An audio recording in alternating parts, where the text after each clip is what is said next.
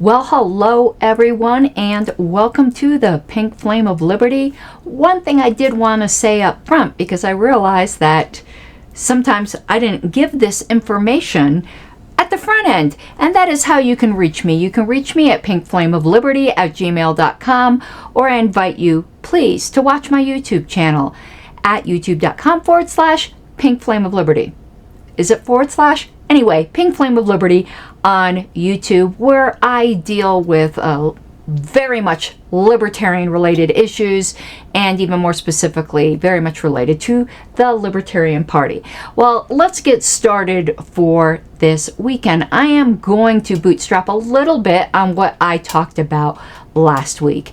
If you remember last week, it was a little bit of a clickbaity title, though I think the content was very timely and on point, which was being fair to the left on abortion. Of course, I could easily do a show with the opposite title, but at least know the audience for this station leans very, very conservative, so I think the exhortation was more that we need to be fair to the more typical opponents that we might face. But I wanted to give some more facts on this, some more information that shows while you can certainly point to hysterical leftists, not all of their points are hysterical. Not all of their points are bad.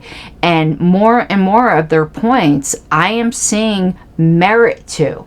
And that is not even taking any kind of ultimate position on abortion, because as I've said multiple times, I am a person who believes that rights-bearing human life begins at conception. I also believe that in nearly every case, and I'm not going to say in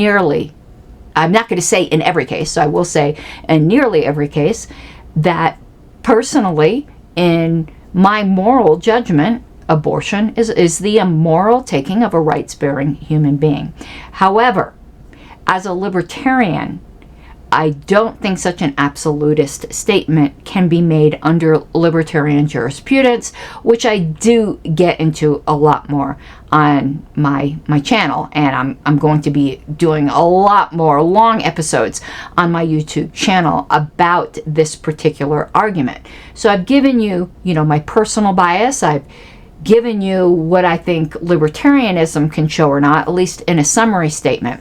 But now we're just going to go to some of the pragmatic issues that have happened that the left has been talking about, and some of it has come to fruition. And one of the cases is the case of that young Ohio girl who was raped. She was 10 years old and she was raped and needed an abortion.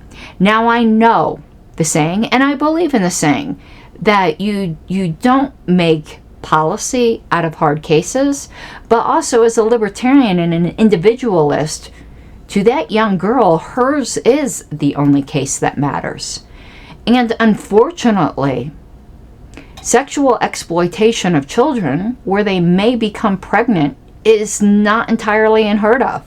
I could wish that this was such an outrageous case that it wasn't even worth discussing because it was so rare.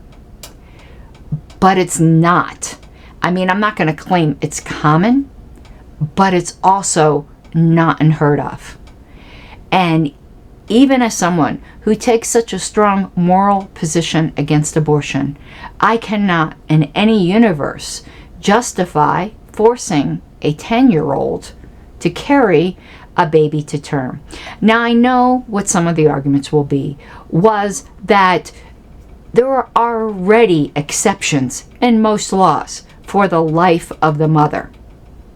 But then you have to be able to find a willing doctor who's willing to place their life on the line for that particular diagnosis. Because what these laws are doing that are either seeking to fully make abortion illegal or after a certain time is they're not going after the women. And I'm going to be dealing with that further on a show of mine, because in most cases I find that to be an infantilization, that word I always have trouble with, of women, of claiming, oh, the poor dear couldn't know what she's doing, so we're going to go after the doctor. So you, in these cases where, oh, there's exceptions for this and there's exceptions for that, are there really? When you're asking a doctor to risk being criminally prosecuted if someone happens to disagree with their assessment, which is, in a lot of cases, very subjective. I mean, would the 10-year-old literally die? So let's look at this a bit more. But on that cheery note, before we do, if you want someone who will truly represent you, I'd like to talk to you about my friend Daniel Lutz. Costs are going up, government spending is going up, and freedom and opportunity seem to be stagnating. Time and again, our governments at every level have had to learn the lesson everyday Americans know all too well, and boy, do we know it well today. The bill comes due. The more out of control government spending gets, the harder it becomes to rein in. Send Daniel Lutz to Denver and he will work to bring our spending under control. He knows that it's your money, not the government's money, and he will treat it that way. This is paid for by the committee to elect Daniel Lutz to House District 49. For more information, please visit his website at www.lutz, the word of FOR, 49.org. That's www.lutz449.org. So I want to read to you something. It is out of, let's see here, this is Politico, but it's reporting on a statement from the National Right to Life, an official statement from the National Right to Life that the 10-year-old should have had baby. I'm sure many of you know 10-year-olds. You may, in fact, have a 10-year-old child of your own, a 10-year-old daughter of your own. How do you react to this statement? So I'm going to read this to you. The 10-year-old Ohio girl who crossed state lines to receive an abortion, so she went to Indiana, and we're going to talk about that, should have carried her pregnancy to term and would be required to do so under a model law written for state legislatures considering more restrictive abortion members, according to General Counsel for the National Right to Life. I'm sorry, but that's horrible. There are no good answers in such a situation. But to say so blithely that, and I'll explain why I say it was blithely and breezily, that a 10-year-old should have been forced to carry a pregnancy to term. I have no words. So it says Jim Bopp, an Indiana lawyer who authored the model legislation in advance of the Supreme Court's decision overturning Roe v. Wade, told Politico on Thursday that his law only provides exceptions when the pregnant person's life is in danger. And here's a quote from him.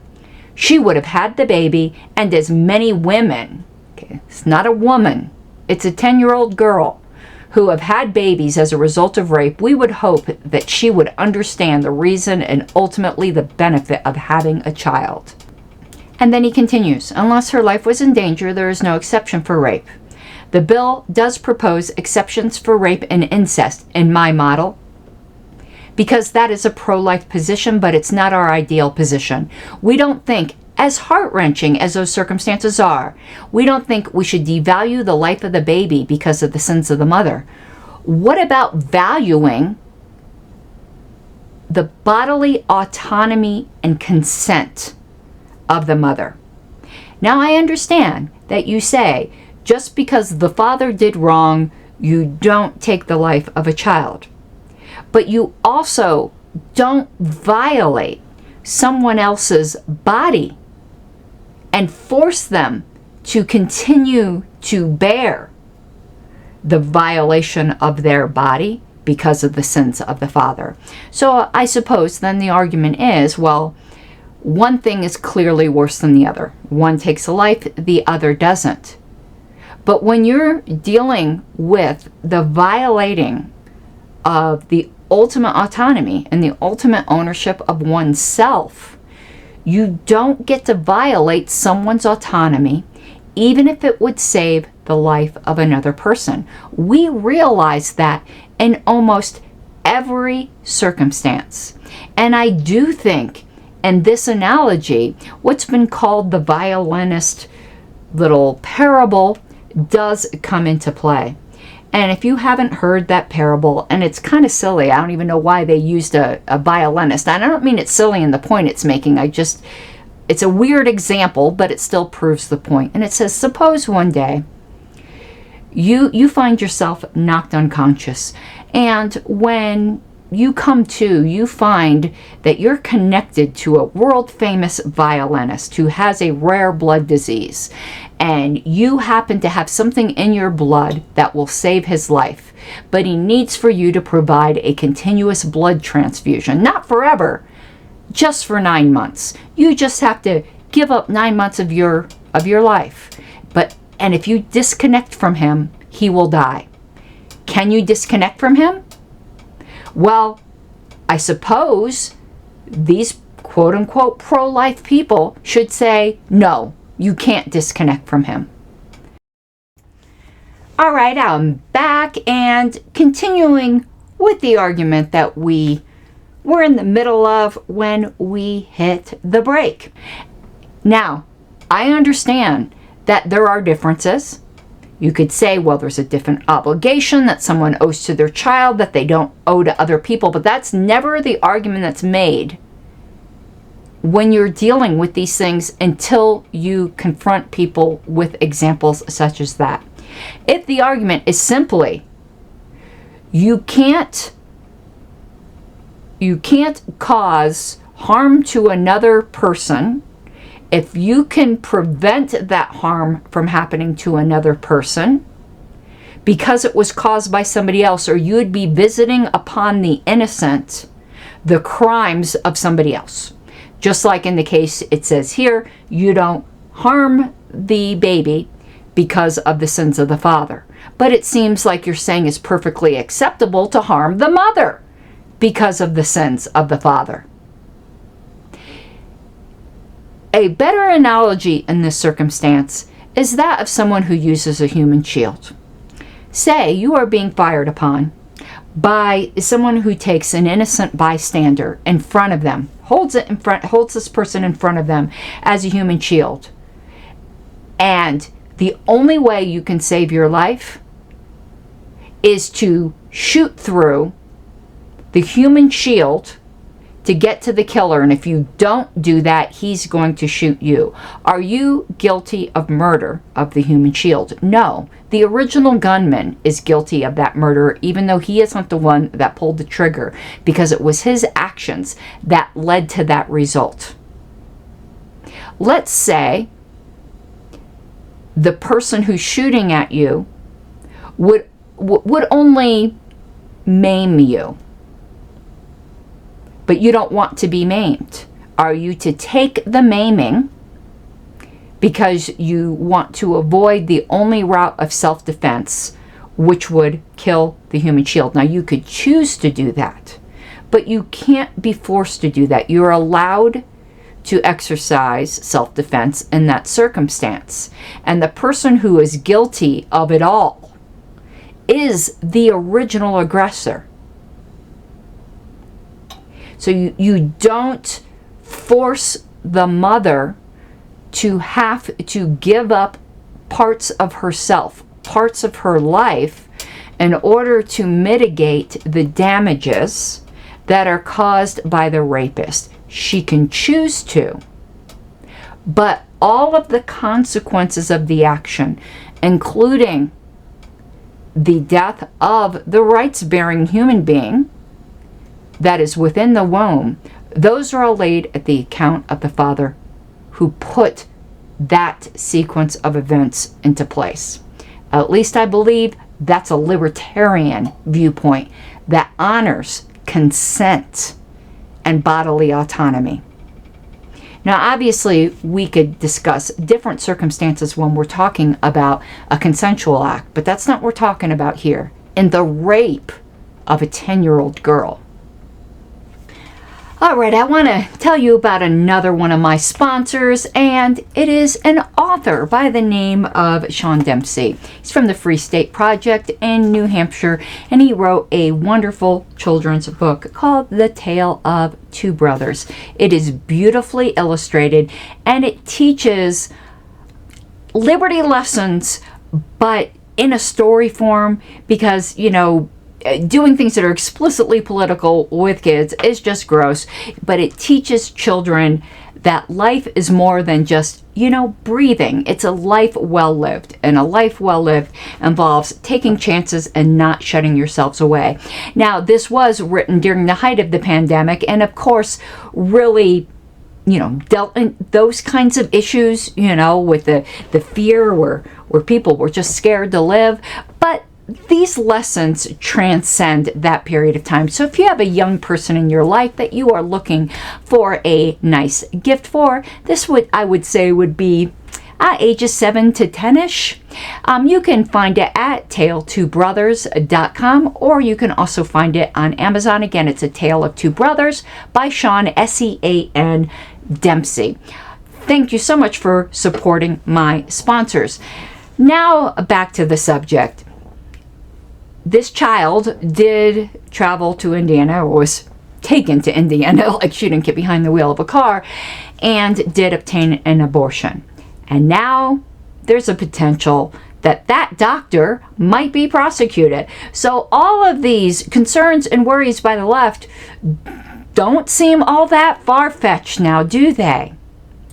Now, let's be clear. The legal threats weren't over performing the abortion per se, because that is not illegal in Indiana, but whether or not the doctor had filled out the appropriate child abuse notification forms, which it turns out, at least it looks like the doctor did. But why was this even looked at so carefully? There's going to be a lot of fear around these situations, and there's an expression that I'm fond of saying, and that is that the formerly oppressed become the worst oppressors the minute they get power. And not that I'm saying necessarily that pro-life people were oppressed. I'm a pro-life person. I don't feel oppressed, but we certainly weren't on the legal force of the law, state winning side of the argument. And the minute that we do, boy, are we turning into scary tyrants. I have another story that shows, at least I believe it shows, that this is in fact the case. And it's a Reason Magazine online article entitled "When Pro-Life Becomes Pro-Censorship." It says the demise of Roe versus Wade has unleashed a flurry of activity by anti-abortion activists looking for ways to finish the job. They are now exploring ways to stop people not just from performing abortions, but from sharing information about abortion services. How censorious can you get? It says, the National Right to Life Committee has drafted model legislation to provide what it calls an effective enforcement regime to stamp out abortion.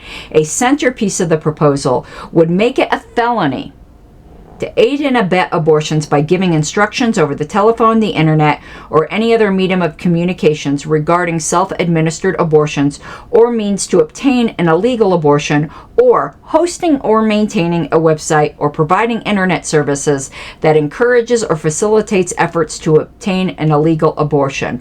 The law would provide for civil enforcement as well. When just traveling, you can get a legal abortion. This leads into some of the nuttiness, like for instance in Colorado, on one side of the border you can have weed, on the other side of the border you can't have weed. Making things, I understand, and I know I interrupted myself mid-sentence. I understand it and I appreciate federalism. I don't like a strong central government. But there should be certain things that involve what you can or cannot do with your own body. Now, I understand that there is a baby also involved. But it's absolutely incoherent to have these differing laws for something so fundamental. It just is. So, I know people, pro-life people especially, would like to say, so if the baby is 12 inches this way outside the body, it's murder, and if it's in 12 inches the other way, then it's not murder. I could say the same when it comes to an imaginary line in the sand. We have to deal with these incoherencies. And right now, I'm not even necessarily saying the solution. I'm just pointing out that it exists. So in one state, if a pregnant woman is murdered, there's definitely two murders. And I know that's the case even now. There's incoherencies. But in another state, it's not so clear. Maybe this is just a function of federalism that you need to deal with. And I can understand differing jurisdictions on things such as noise ordinances or building codes, not even saying that I believe in all of those things, but those I can kind of understand. But, you know, smoking a joint in one side of an imaginary line is fine, and on the other side, you could get thrown in a cage. And the same thing can be said about abortion. It's just an incoherency that we have to deal with. But going back to this article, these legal tactics and messianic zeal, and boy, that's a good way to describe it, messianic zeal, brings to mind Anthony Comstock, the most prominent anti-vice crusader of the 19th and 20th centuries.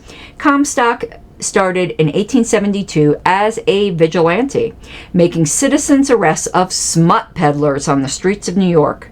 But he quickly became, in the words of H.L. Mencken, the Copernicus of a quite new art and science, one who first capitalized moral endeavor like baseball or the soap business and made himself the first of its kept professors.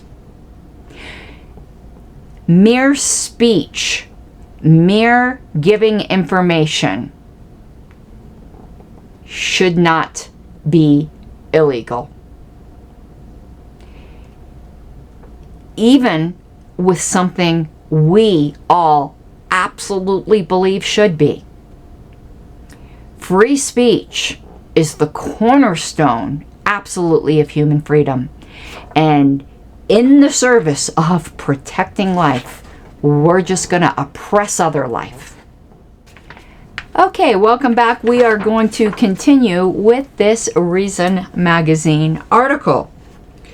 Alrighty.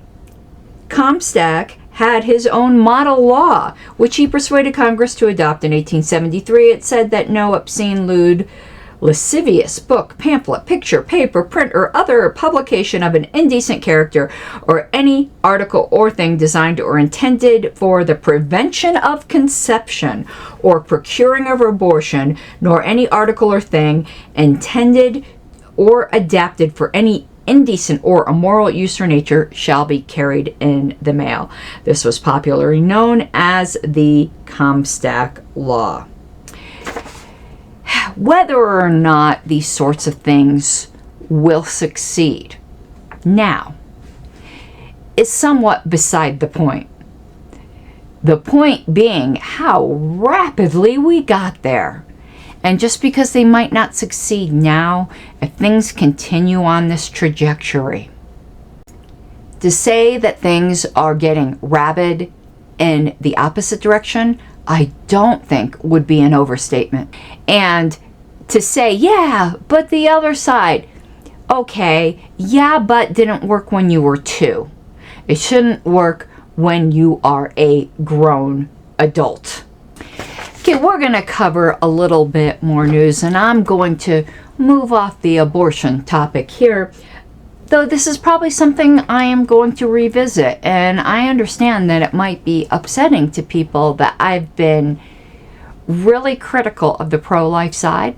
I tend to be more critical of people that I have a lot of ideological agreement with than people that I don't.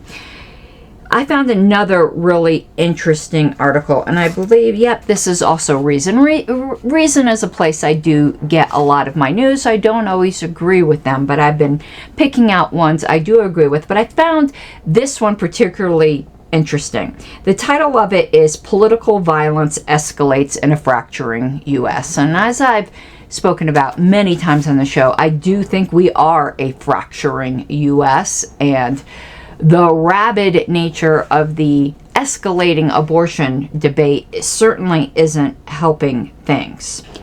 And here is a very interesting statement. It says, with the right and left at each other's throats, the U.S. resembles Italy in the 1970s when ideologically motivated clashes plunged the country into years of turmoil. Italy eventually got its problems mostly under control, but the U.S. might suffer less pain by decentralizing power and restraining the state's reach so that people need not fear abuse when enemies win office. Boy, though, that does tie into my statement that the formerly oppressed become the worst oppressors. And that's what's happening. The left gains power and they just go at it to the right, and vice versa. Of course, why don't we just give libertarians power so they can have the power to leave you alone? Libertarians taking over the world and leaving you alone. But I have often said, you cannot be surprised at these power grabs and then the struggle to use the power or the force of the state, because the gun is on the table. When you have the gun on the table and you have multiple people who have widely different views, they know someone is going to pick up that weapon. So they scramble for it before you can get it, because it's kind of like an eat or be eaten type game. That is what we need to move away from. That's going to be the next phase of human political evolution, I do think.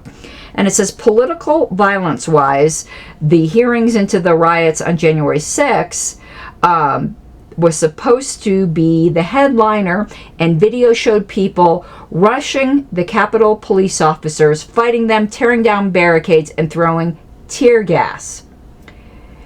Now, whether or not you agree with that characterization, something really interesting, though, this article pointed out, and it's something that I've noticed, is, at least in the circles I've been around, maybe not the circles you've been around, whenever political violence is brought up, people hop in and claim, to me, contrary to the facts before our eyes, that political violence is always originating from the right. I don't know. I see plenty originating from the left, but it doesn't seem to get the same mainstream video,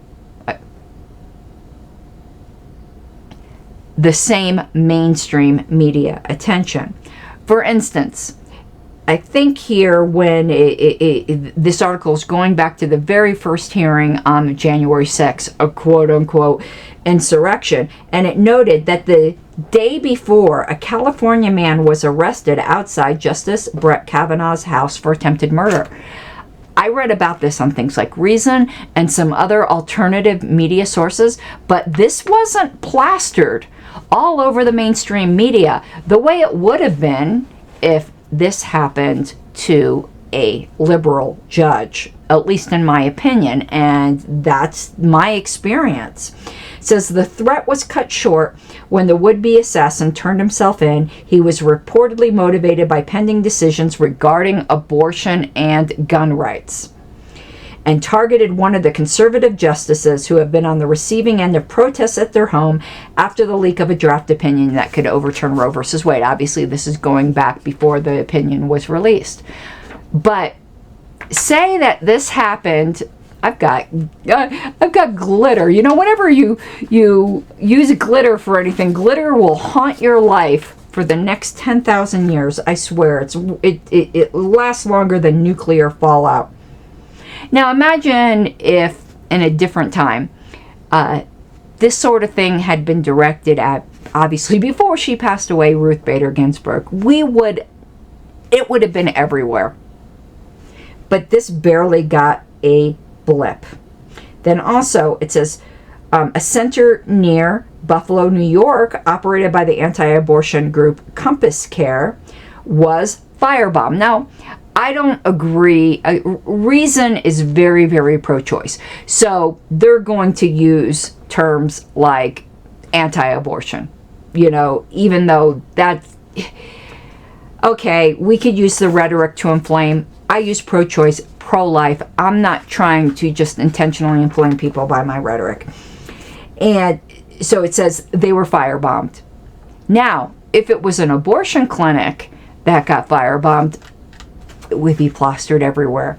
But the first time I read about this firebombing of this this group, this center in Buffalo, near Buffalo, New York, was here with Reason Magazine.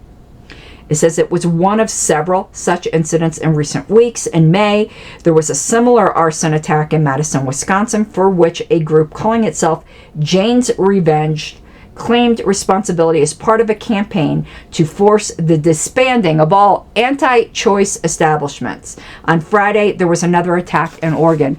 If there was this rash of attacks against abortion clinics in such a short period of time, it would be everywhere. And I'm not saying there is never attacks against abortion clinics, because obviously there are. There was a murder of an abortion doctor, you know, but we all know about that.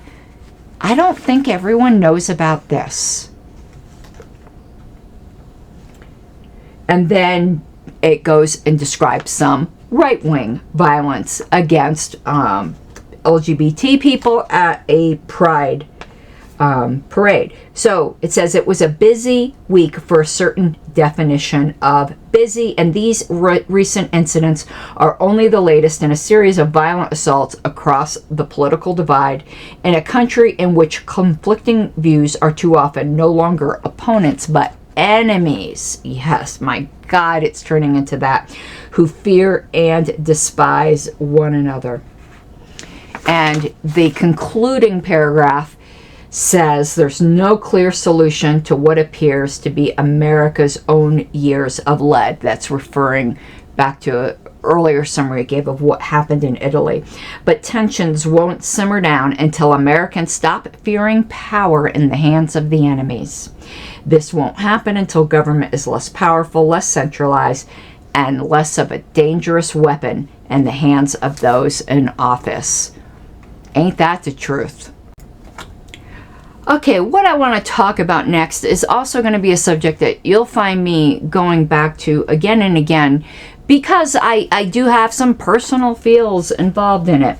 And it is what is, on very many grounds, the manufactured opioid epidemic. The fact is, people are adults and they should be free to put what they wish in their body. Obviously, we want accurate medical information as well. But I'm a chronic pain sufferer, and I can tell you that the war on drugs in this particular instance is a war on me. It's a war on you if you should happen to be a chronic pain sufferer. The fact is, addiction is a lot more about the support systems you have in your life and perhaps pre-existing genetic circumstances than it is merely about the fact of availability. And here's also an unpopular truth. I should have the right to be addicted. I don't need the government to be my daddy. I've already had a daddy. I don't need another one. And the fact is, there was this letter. It was a letter to the editor that I read once in a Libertarian newsletter. And this person, in fighting against the stigma and the way that they feel like they get treated, you know, by medical professionals, is, okay, so I'll get addicted. I'd rather have the monkey on my back than the dragon that currently lives in my spine. That should be our own choices. All right, and welcome back. We are on the last segment, which I'm going to devote probably entirely, to continuing to talk about how the war on painkillers or the war on drugs is a war on me, and it's a war on you. Another Reason magazine article says a record number of drug-related deaths show that the drug war is remarkably effective at killing people. So I read, illicit fentanyl, which has become increasingly common as a heroin booster or substitute during the last decade, is now showing up in cocaine, methamphetamine, and counterfeit pills passed off as prescription analgesics or anti-anxiety drugs like Xanax. That phenomena vividly illustrates the hazards of the black market created by the war on drugs that Trump had thought the government was finally winning. Again, this article is from this year, but it was citing, some of President Trump's goals of reducing the amount of drug-related deaths, in which he cited a 4% drop between 2017 and 2018. And it continues that Joe Biden, a supposedly reformed drug warrior, is still keen on going after drug trafficking and illicit drug profits, a strategy that has failed for a century, but he figures might just work this time around.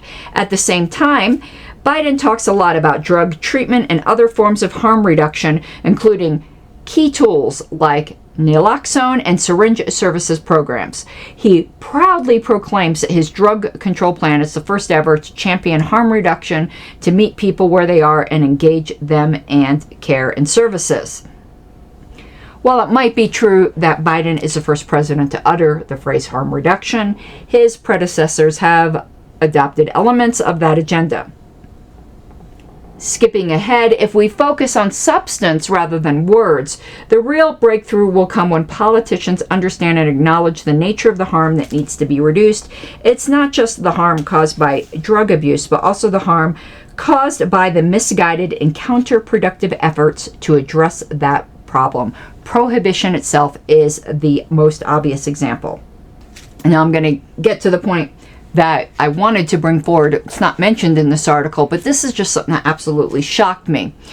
Consider one of the harm reduction measures that the Times mentions, the distribution of test strips that can alert drug users to the presence of fentanyl and a substance sold as something else. Those test strips don't tell you how much fentanyl a bag of powder or pill contains. They just tell you whether there is a detectable amount. But even that much knowledge is an improvement in a black market where people routinely buy drugs of unknown provenance, composition, and potency. Now, there is a group called Dance Safe. They put out all kinds of testing kits. It's a harm reduction program. The name Dance Safe comes from, I believe they originally started from having test kits for ecstasy to see, there's different concentrations and things like that. Now, I learned of what I'm going to tell you next a couple years ago. Maybe this policy has been since reversed. I don't know. I'm not a person who needs to make use of these test strips, but I'm certainly not shaming anybody who does.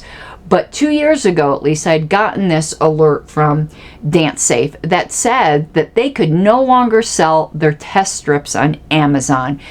Shame on Amazon. Now, maybe they're allowing it again. It's not something I'm particularly in the market for. But the fact that this even happened once, are you saving people from themselves by making it harder for them to stay safe? What this reminds me of is the way the government itself poisoned alcohol during the time of alcohol prohibition. If you ever read the fictional novel Water for Elephants, it talks about people who had gotten poisoned basically by the state during that time, and the way it caused this just grotesque paralysis. And this made sense to people. But what is so extremely sad to me? I have a libertarian friend who is a survivor of gut cancer. Not exactly sure where in the gut, but a survivor of gut cancer, and is a member and active in and knows a lot of people who are either struggling with end-stage cancer or people who have survived cancer, and their greatest fear is not necessarily dying. Their greatest fear is the months before dying, where they may live in pain that is not adequately mentioned, in pain that is not adequately managed because of the war on drugs. And some of these people actually have suicide kits at home because they do not want to face those months, weeks, days, whatever it might be, of agony. That is pathetic that is going on. People who are in chronic pain or might have, terminal diseases that could end in agony, but they still might have some time left with their family, if only the pain could be managed, should not have to live in this fear. And I can tell you, I know this fear myself. I used to live in Florida, and I don't know how it is in Florida now, but there were years when I was on twice daily doses of Vicodin. I never got addicted. I don't know why. Mental attitude, genetics, I don't know. I had been then on and off it. Maybe I'm just blessed that I didn't get addicted. But the fact is, it controlled these bouts of absolutely horrendous pain that I had. Now, my back gets bad, it gets better. It's been pretty good now for a while. But I know now I cannot get any longer what I used to get to control my pain. The things and the hoops that the doctors will make you jump through now, and they treat you like a junkie when you're just a pain patient. And just like I discussed with abortion, even if you found a sympathetic doctor, they're scared of running afoul of the law. The law, insurance companies, meddling bureaucrats are interfering in the medical decisions of what is best for a patient, and a patient's own decisions, about what is best for themselves. It's obscene. Now, to counter the more popular narrative, or the one that you may have heard, is that lack of regulation and overprescribing from doctors has caused this alleged opioid epidemic. There is a very interesting policy paper from the Cato Institute entitled "Overdosing on Regulation: How Government Caused the Opioid Epidemic," but not in the way you think. The "not in the way you think" isn't part of the headline, it's what I'm telling you. It says here, the more prescribing, more deaths explanation has spurred increased legal restrictions on opioid prescribing. Federal and state governments have enacted a variety of policies to curtail prescribing and doctor shopping, and the federal government has raided pain management facilities deemed to be overprescribing. Supporters believe these policies reduce the supply of prescription opioids and thereby decrease overdose deaths. We find little support for this view. We instead suggest that the opioid epidemic has resulted from too many restrictions on prescribing, not too few. Rather than decreasing opioid overdose deaths, restrictions push users from prescription opioids toward diverted or illicit opioids, which increases the risk of overdose because consumers cannot easily assess drug potency or quality in underground markets. The implication of this more restrictions, more deaths explanation is that the United States should scale back restrictions on opioid prescribing, perhaps even to the point of legalization. Now, of course, that's a pragmatic argument, and this policy paper is long. Let me see here if I can see how many pages it is. It's 24 pages. It's a very interesting read, and they do give data and arguments. And I have no problem going with the pragmatic argument when that might persuade some people. But of course, I ultimately fall onto the, it's your body, and you should be able to put in it what you want argument. But there are lots of great arguments that the unintended consequences of nannying, like it usually is that it has created more of what it allegedly is trying to prevent. And here's the cold hard facts. And most of you will find this surprising. Very few users, and that's the wrong word, people who are prescribed opioids for long-term chronic pain become abusers. We are just trying to live our lives when we are in pain. And the height of ridiculousness, and you might not have known this, there is an opioid replacement, and it's called Kratom, and that's what I've been using to manage my pain when it gets bad. But meanwhile, we have Colorado, which legalized the recreational use of marijuana, and that just doesn't help me for pain. I know it helps some people, but meanwhile, in Denver, they made it illegal to sell Kratom. The one thing that has helped people who are addicted kick addictions, and it has helped people like me who can't find. You gotta take what you're given, that's how we live it. Don't be mad at the system, it's simply how we've existed. I hear a lot of people talking like they politicians and choose to be an accountant because it's safe in the business, not because they want